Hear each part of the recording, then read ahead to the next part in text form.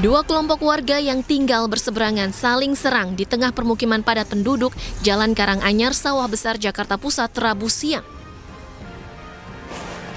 Tak hanya saling lempar batu, botol minuman, dan petasan untuk menjatuhkan lawannya, sejumlah pelaku tawuran juga nekat menggunakan senjata tajam hingga membuat sejumlah orang terluka.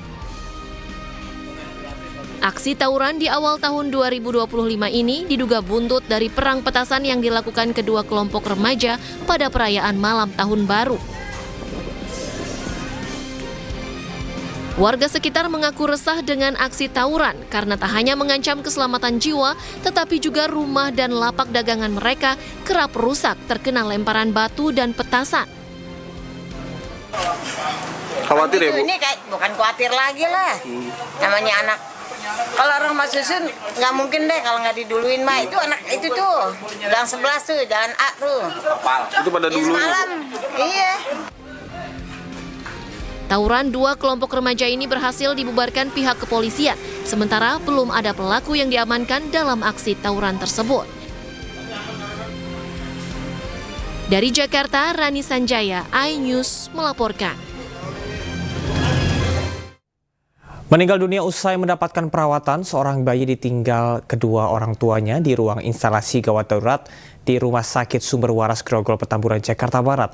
Orang tua diduga meninggalkan jasad bayinya untuk mencari uang membayar biaya perawatan, lantaran BPJS diduga ditolak rumah sakit.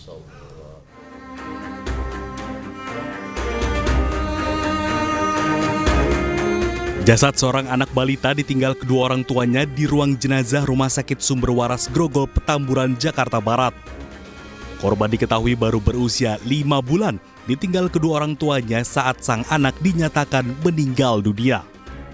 Orang tua korban yang mengetahui buah hatinya meninggal dunia bergegas pergi dengan dalih mencari uang membayar biaya rumah sakit lantaran BPJS orang tuanya ditolak rumah sakit. Namun demikian, orang tua berinisial P tak kunjung kembali. Hingga akhirnya kasus ini ditindaklanjuti oleh pihak rumah sakit kepada Polsek Grogol, Petamburan. Kita baru didapatkan info dari Rumah Sakit Sumber Waras bahwa ada jenazah bayi yang diduga ditinggalkan atau ditelantarkan oleh orang tuanya. Lalu kita mendatangi di sana. Kita juga sudah melakukan pemeriksaan kepada perawat yang piket pada jam tersebut. Polisi telah memeriksa 3 orang saksi dari pihak rumah sakit dan tetangga korban. Sementara itu, jasad korban kini berada di Rumah Sakit Cipto Mangunkusumo, Jakarta untuk dilakukan identifikasi guna memastikan identitas kedua orang tua korban. Dari Jakarta, Miftahul Gani, iNews melaporkan. Seorang pengacara di Kabupaten Bone, Sulawesi Selatan tewas ditembak orang tidak dikenal. Jenazah korban telah diotopsi dan dikembalikan ke keluarga. Usai diotopsi, pihak Dokpol Bidokes Polda ke pihak keluarga menyerahkan jenazah pengacara Rudi Esgani ke keluarga. Korban tewas karena ditembak orang tak dikenal di bagian pipinya saat berada di rumah istrinya. Rencananya korban akan dimakamkan besok.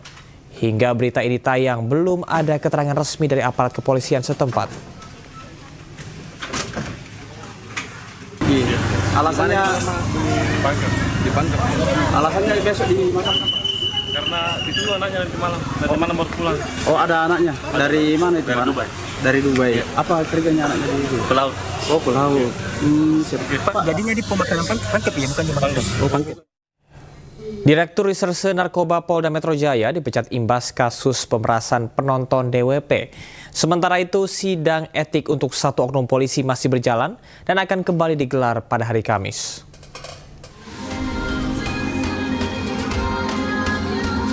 Dua oknum polisi dijatuhi sanksi pemberhentian tidak dengan hormat. Buntut kasus dugaan pemerasan terhadap warga negara Malaysia di Festival Musik Jakarta Warehouse Project atau DWP di Jakarta.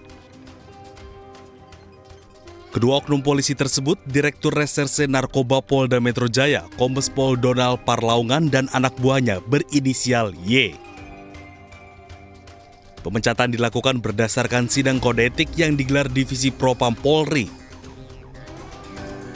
Sementara itu, pelaksanaan sidang etik untuk oknum polisi M masih terus berjalan dan akan kembali digelar Kamis.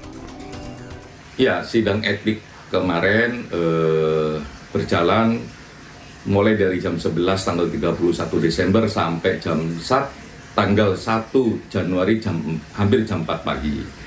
Ya, dengan sidang untuk direktur narkoba, untuk Kasubdit sama untuk Kanit. Direktur sama Kaditnya sudah diputus PTDH dan mereka mengajukan banding. Ya, untuk Kasubdit masih diskors. Dilanjutkan besok pada hari Kamis. Pelaksanaan sidang etik sudah dilakukan terhadap 3 terduga pelanggar berinisial D, Y, dan M. Ketiga oknum polisi tersebut disidang secara terpisah oleh 3 majelis komisi kode etik profesi. Dari Jakarta, Tim Liputan Ayus melaporkan. Polisi menghentikan kasus kematian Afif Maulana yang jasadnya ditemukan di bawah jembatan Kuranji, Padang, Sumatera Barat. Polisi menyebut korban tewas bukan karena dianiaya, tapi karena jatuh dari ketinggian.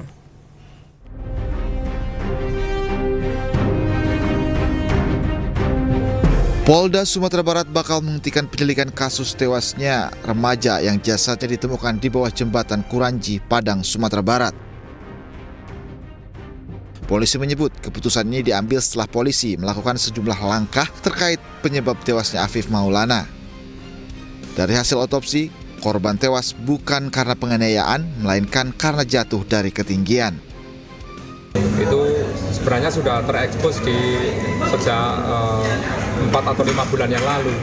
Ini hanya untuk memastikan biar kasus ini tidak menggantung, maka dari hasil gelar perkara yang dilakukan oleh Dirkrim beserta seluruh tim dan juga menghadirkan keluarga korban dan juga ahli, itu nanti kasus akan kita hentikan, kita SP3. Sebenarnya bukan SP3, maaf, saya ralat, sifatnya adalah SP2 lidik.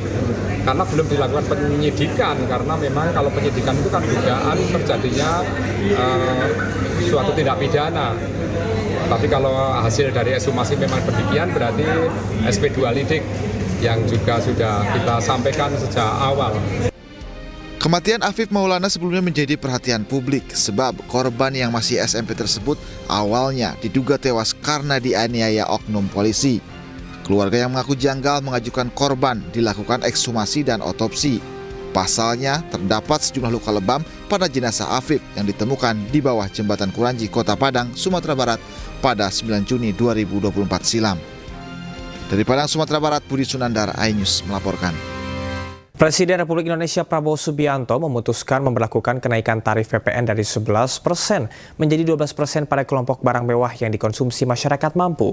Sementara barang dan jasa tidak mewah ditetapkan tarif PPN yang berlaku sejak tahun 2022.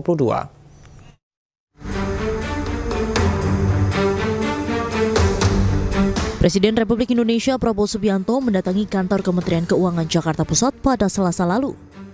Kedatangan Prabowo ke kantor Kemenkyu bertepatan dengan rencana pemerintah menaikkan tarif PPN menjadi 12% mulai tahun 2025.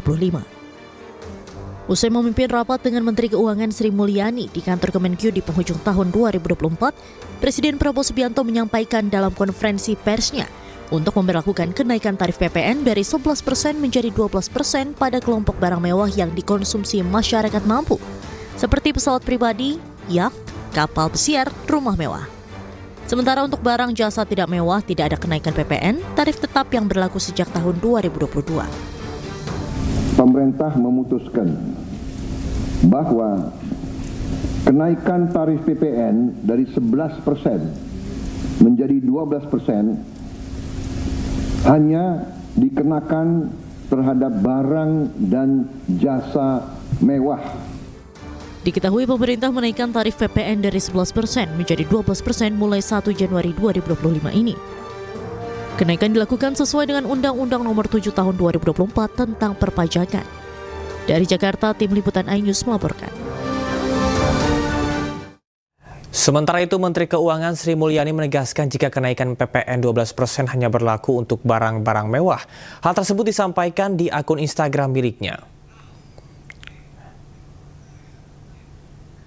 Dalam akun Instagramnya @smindrawati, Menteri Keuangan Sri Mulyani menekankan PPN 12% hanya berlaku untuk barang-barang mewah. Sejumlah barang-barang mewah yang terkena PPN 12% antara lain pesawat pribadi, kapal pesiar, yacht, rumah, apartemen, atau kondominium di atas 30 miliar rupiah dan kendaraan bermotor mewah.